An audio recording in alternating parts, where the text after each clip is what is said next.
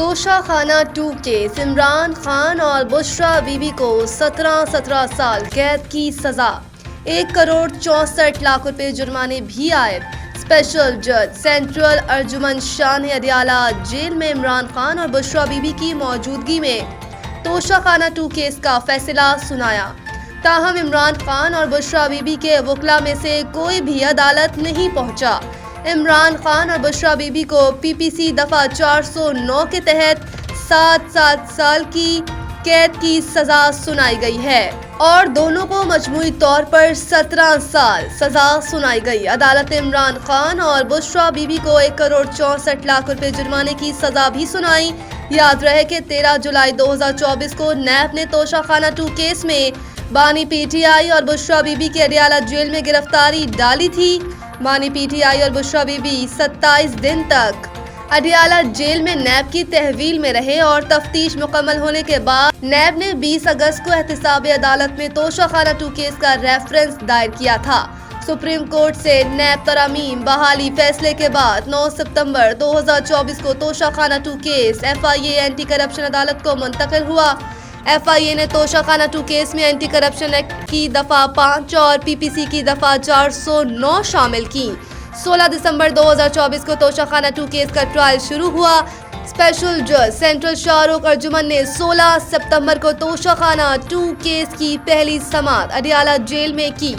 24 اکتوبر 2024 کو بشرا be be کو Adiala jail سے رہا کر دیا گیا۔ توشہ خانہ 2 میں اسلام آباد ہائی کورٹ نے 20 نومبر 2024 کو بانی پی ٹی آئی کی بھی ضمانت منظور کی، جبکہ 12 دسمبر 2024 کو توشہ خانہ 2 کیس میں ملزمان پر فرد جرم عائد کی گئی۔ یہ ابتدا، انتہا اور قیامت باقی، 9 مئی کے شواہد اور گواہی کا انتظار کریں۔ فیصل وافدہ سینیٹر فیصل وافدہ نے کہا ہے کہ یہ ابھی ابتدا ہے، آگے انتہا اور قیامت باقی ہے۔ 9 مئی کے شواہد اور گواہی کا انتظار کریں۔ ایکس سابق ٹویٹر پر پیغام جاری کرتے ہوئے سینیٹر فیصل وافدہ نے کہا ہے کہ اللہ رحم کرے، جیسے کہا تھا دسمبر کا مہینہ ہے اور سب کچھ دیوار پر لکھا ہے، کان سے بہرے اور آنکھ سے اندھے جان بوجھ کر پھر بھی نہیں مانے۔ انہوں نے کہا ہے کہ یہ ابھی ابتدا ہے، آگے انتہا اور قیامت باقی ہے۔ میں کئی سال سے روکتا رہ گیا لیکن میری نہیں سنی اور اسے وہیں پہنچا دیا اور آگے بھی پہنچائیں گے جہاں سے قانونی اور دنیاوی طور پر واپسی ممکن نہیں۔ فیصل وافدہ نے کہا ہے کہ اس کا تکبر اور ظلم جس کی وجہ سے وہ بھی نہیں رکا اور جن کے بلبوتے پر تھا، سب مزید چکنا چور ہونے جا رہا ہے۔ اب بے غیرت، بے حیا اور بے شرم کون؟ انہوں نے اپنے پیغام میں مزید کہا ہے کہ تم سب 9 مئی والے جنہوں نے 10 سیکنڈ کے ڈرامے بازی والی ویڈیوز بنائی اور اس کو آگ میں دھکیل دیا، ابھی دلدل باقی ہے۔ 9 مئی کے شواہد اور گواہی کا انتظار کریں۔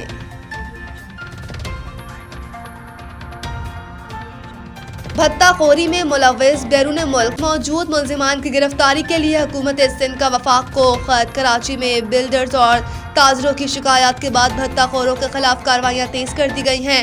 وزیر اعلیٰ سندھ سید مراد علی شاہ کا کہنا ہے کہ بیرون ملک بھتہ خوروں کو نہیں چھوڑا جائے گا۔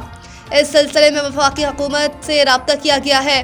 دوسری جانب S S P S I you doctor Imran کا کہنا ہے کہ بھتہ خوروں کے خلاف روزانہ کی بنیاد پر کارروائیاں جاری ہیں۔ اس سال اب تک 50 سے زائد بھتہ خوروں کو گرفتار کیا جا چکا ہے، جبکہ کم و بیش 117 شکایات موصول ہوئی ہیں۔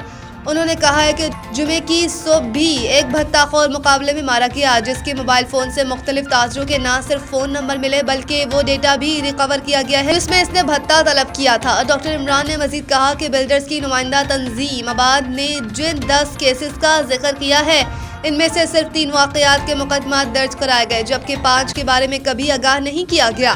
2 کیسز چند روز قبل ہی پیش آئے جن پر کام شروع کر دیا گیا۔